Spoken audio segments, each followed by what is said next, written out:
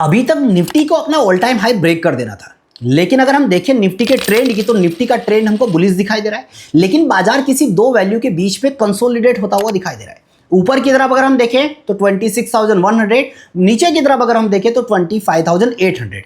ये इस रेंज के अंदर निफ्टी कहीं ना कहीं कंसोलिडेट होता हुआ दिखाई दे रहा है। वैसे बाजार में बहुत सारे ऐसे इवेंट थे जिसके कारण लग रहा था कि बाजार यहां से एक अच्छा मोमेंटम हमको दिखा देगा, ऑल टाइम हाई भी ब्रेक कर देगा, लेकिन बाजार में चल क्या रहा है, यूएस और ट्रम्प चाचा, ये दो ही चीजें पिछले 1-1.5-2 महीने जब से टैरिफ आया तब से यही सारी चीजें चल रही है, तो इसका तो कोई खास इंपैक्ट पड़ता हुआ हमको दिखाई नहीं दे रहा है। दूसरी चीज बाजार में क्या होता है, डिमांड और सप्लाई।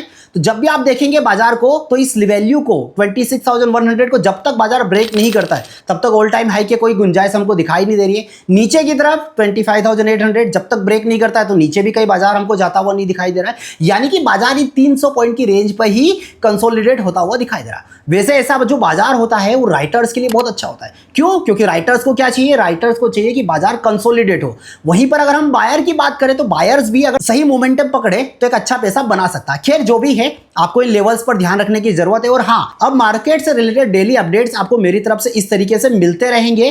फ्री में ऑप्शन चेन अगर आपको सीखना है, राइटिंग अगर आपको सीखना है तो मेरे इस पेज को फॉलो करना बिल्कुल मत भूलिएगा।